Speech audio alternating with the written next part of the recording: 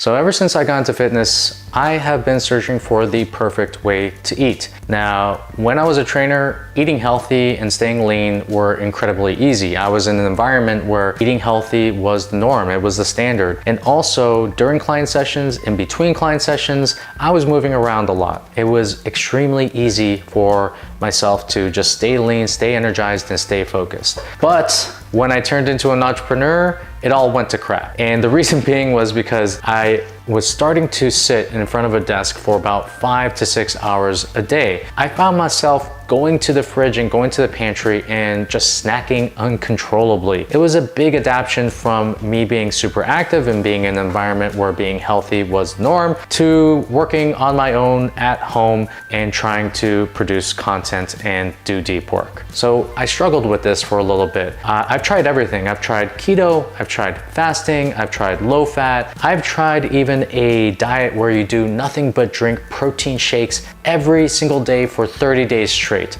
I highly recommend to not do that. So after a lot of testing, I found what works for me and my entrepreneurial schedule, and I actually posted a semblance of what my diet looks like on Twitter, and even Andrew Huberman liked it, which I consider to be a good sign. So before getting into how I eat, I want to set the context for you. So I work out daily. I get about 8 to 10K steps a day. I sit in front of a desk for about 5 to 6 hours every single day, and sleep is a major priority for me. It is the lead domino where all good things come from. My goals for myself are to keep my body lean, to maintain energy and focus throughout the entire day, not just through my workday, but also after my workday when I go off and spend time with my family. And those are my specific goals. So the things that I do for myself inside of my own eating schedule and the way that I eat, these are specific to me. I have found that they do work well for most of our clients that we work with, but I want to preface this by saying that not everything will work for everyone. This is something that is specific to me. It's something that I feel that works well for people who sit at desks, for people who have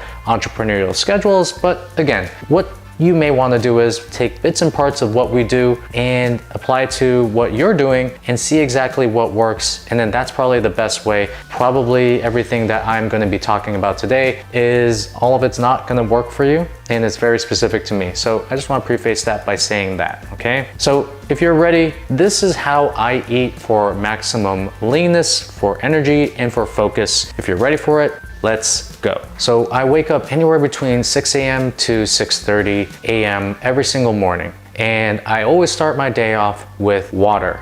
I have about half a liter of water or to a liter of water, and I add a pinch of sea salt to my water. So sea salt is a great source of electrolytes. You get magnesium, potassium, you get sodium, and electrolytes are vital for your muscle and nervous system. So I drink water first thing because you've basically spent about 8 hours to 10 hours without water throughout the entire night. I feel that for my energy and my focus, it's better to hydrate myself first thing in the morning. I also make sure that I delay my coffee about 1.5 to 2 hours upon waking, because when you're going to sleep, your body produces this thing called adenosine, and it's what makes you sleepy, it's what makes you groggy, and we're finding that it's better to allow your body to remove the adenosine from your body in a natural way. The 2-hour delay of the cup of coffee is to allow that natural process to happen, but also what I found is that it allows me to get rid of the afternoon lulls that usually happen around 12 p.m. to 2 p.m. So again, coffee is like a tool, and a lot of people drink it right first thing in the morning when their natural processes have not gotten rid of adenosine. So what we want to do is we want to make sure that we delay coffee, or I delay coffee, so I can actually have energy throughout the entire afternoon. So around 8 a.m., I have a light breakfast. This is around 2 hours or so after I wake, and the reason I do this is because it is in line with my natural circadian rhythms. And it's also great for me because it helps me maintain, or actually keep, my appetite regulated throughout the entire day until the evening. So again, just to put things in context, I have had problems with nighttime eating due to not feeling full from eating dinner. So one of the things that has actually helped me get rid of nighttime eating, or to eliminate it, is to eat breakfast first thing in the morning to regulate my appetite. So the meal itself, it's one of two things. It's either a double scoop protein shake with a greens powder, or it is about 4 eggs with an egg white and omelet, and I usually do that with broccoli or some form of vegetable. And personally for me, I like to eat low carb throughout the entire day because it allows me to maintain energy and focus. The thing about carbs is if I'm not using them in a physical sense, then they can actually induce sleepiness inside of me, which causes me to lack focus and to lack energy, especially in the beginning of the day. So I like to keep myself at a low carb pace, usually for the breakfast and the lunch. And when I say low carb, usually it's around under 25 grams of carbs throughout the entire afternoon and the morning. Now with the breakfast, one of the things that you may notice is that I either eat an omelet or I drink a shake. The reason I do this is because I want to break my fast with something that is moderate to high protein. Anywhere between 40 to 60 grams of protein I want to put into my body upon waking. And then the reason why I do this is because when you wake up, you want to basically prevent your body from catabolism. And one of the best ways to do that is to start with a high protein breakfast. And this also correlates with maintaining and regulating your appetite throughout the entire day. And that's one of the reasons why I start with a high protein breakfast. Now, when I get to the afternoon, the thing I eat is if I drank the shake, then I'm gonna eat the omelet. If I ate the omelet, then I'm gonna drink the shake. These two things, these two meals per se are interchangeable. And again, the meal that itself, that I'm eating in that afternoon, that's gonna be in between my dinner and my breakfast. For me, it's usually around 12 to 1 p.m. Now, I also get my workouts done around 2 p.m. or starting at 2 p.m. And before my workouts, I like to have a little piece of fruit right before my workouts because I find that it helps me maintain energy throughout my entire workout, usually when I'm working out with weights. Now, the middle meal is really important to me because it helps me, again, regulate appetite. I find that if I eat breakfast and I don't have the middle meal, or I forget to eat the middle meal, what happens as a result is I feel like my appetite is unregulated by the time I hit dinner. If I skip breakfast and I eat the second meal, I find the same thing, that my appetite is unregulated by the time I get to dinner. So this little sequence of meals helps me regulate my appetite for the end of the day. And one thing I want to mention, I mentioned it briefly with the circadian rhythms as well, is that when you put your body under a schedule of meals, sort of like I'm doing right now, it acts as what we call a Zeitburger. And this is like a signal to your body to entrain your body for the time that you are to go to bed. We want to put our bodies under a schedule of sleeping and also under a schedule of eating and a schedule of physical activity. So this is the semblance of the beginning parts of my schedule. So by the time I get to dinner, I usually have my meal around 5:30 or 6. I usually go to bed around 9:30 or 10. I like to have my final meal about 3 to 5 hours before I go to sleep because I find that it helps enhance the quality of my sleep. And the meal itself consists of a big portion of protein, vegetables, and single ingredient carbohydrates. And I actually do most of my carbohydrate intake at night. So an example of this would be a 300 gram piece of steak or a 300 gram salmon, sometimes even larger than that, depending on how much protein I need to put in my body. It could look like steamed broccoli or steamed Brussels sprouts. And I usually like to eat potatoes. I love potatoes, and I feel like they are actually one of the best ways to feel full after a meal.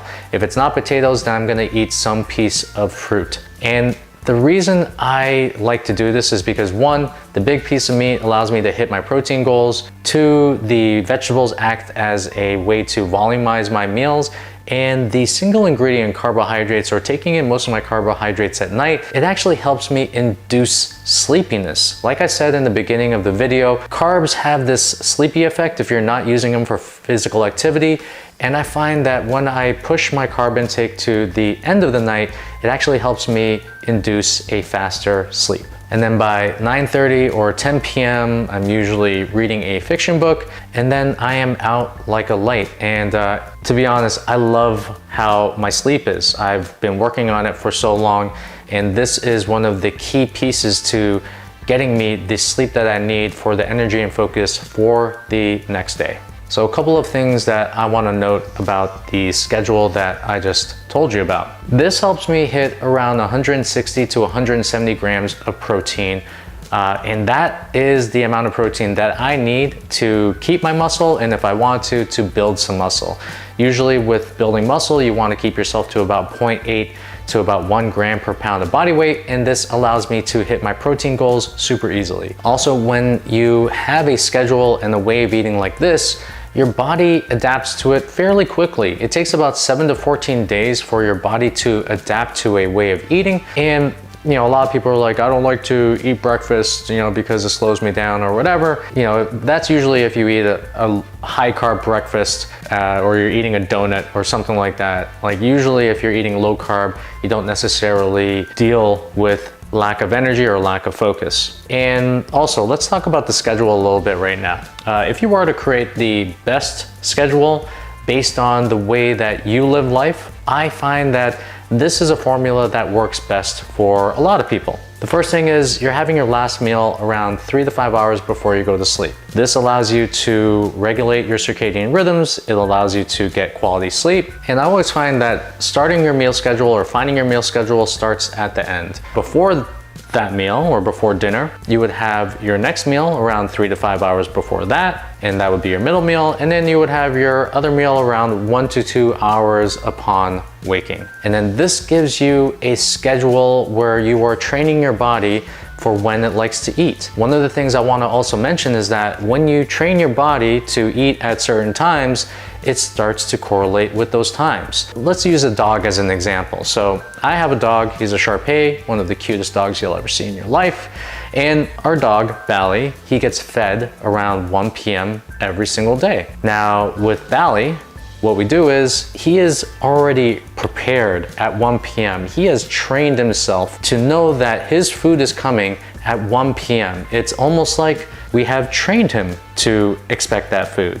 So the same thing goes with humans. We entrain ourselves through a schedule to find out when we are actually going to be fed. And the more that we attune the schedule to our natural lifestyles, to our sleep and wake cycles, the more natural it's going to feel for you to eat. And especially if you're trying to get lean, I find that this is one of the most underrated tips to follow when you're trying to get lean, which is to put your body under a schedule of eating that works for you. So I also like to mention the quality of the foods that go into my body. I get 90% of my calories from single ingredient, nutrient dense sources. I get my nutrients from the greens powder and also from the protein shake first thing in the morning or in the afternoon, depending on when I choose to drink it. Eggs are super nutrient dense, and also I like to put broccoli or some form of greens in there to enhance the amount of nutrients going into my body. And the final meal is usually around steak or salmon. The meats that I eat are high nutrient meats. Steak or salmon are incredible in terms of the micronutrient values.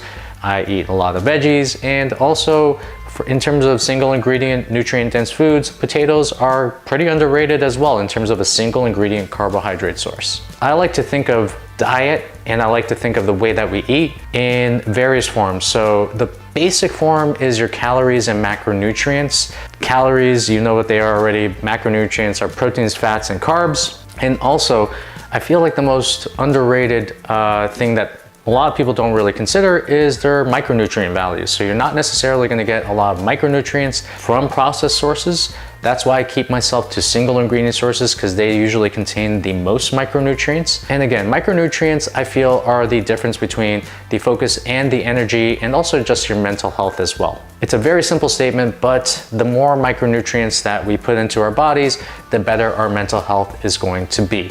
And lastly, I keep my body around 15 to 17% body fat. I know that from a influencer standpoint, probably like not the leanest dude. I don't like to keep my body at 10% or lower because I feel like it's not conducive to my lifestyle or the way in which I like to operate in terms of my energy and focus levels. So I keep my body, let's just say like healthy lean, not necessarily Men's Health magazine or movie star lean, so to speak. So I find that that works for me. If you want to get into Men's Health leanness levels and compare yourself to like movie stars, that's cool for you. Personally for me, this is what works for me and the way I like to keep my body. So that's about it. If you have a situation that mirrors mine in terms of being an entrepreneur, having an entrepreneur schedule and sitting in front of a desk, then maybe you want to take parts of what I do and add it and see exactly what fits for you. And the main lesson here is to do what works for you, to find your own natural rhythm of the way in which you like to eat that facilitates the best focus, productivity, energy, and leanness that you want to be in. And that is the main lesson right there. Do what works for you.